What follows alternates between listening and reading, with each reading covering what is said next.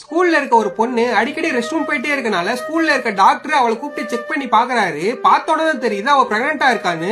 உடனே school principal அவங்க அம்மாவை கூப்பிட்டு விஷயத்த சொல்றாங்க. சொன்னோட அவங்க அம்மா பயங்கரமா கோவப்பட்டு, நீ என் பொண்ணே கிடையாது, உன்னால எப்படி இந்த வயசுல இப்படி ஒரு காரியத்தை பண்ண முடிஞ்சதுன்னு சொல்லி பயங்கரமா திட்டிடுறாங்க. ஆனா அந்த பொண்ணுக்கு அங்க என்ன நடக்குதுன்னே புரியல. உடனே எனக்கு எங்க அப்பா கிட்ட போகணும், அவர்கிட்ட பேசணும்னு சொல்லி பயங்கரமா அடம் பிடிக்கிறா. ஆக்சுவலி அவங்க அப்பா அம்மா ரெண்டு பேருமே ஒரு சண்டையால பிரிஞ்சிருப்பாங்க.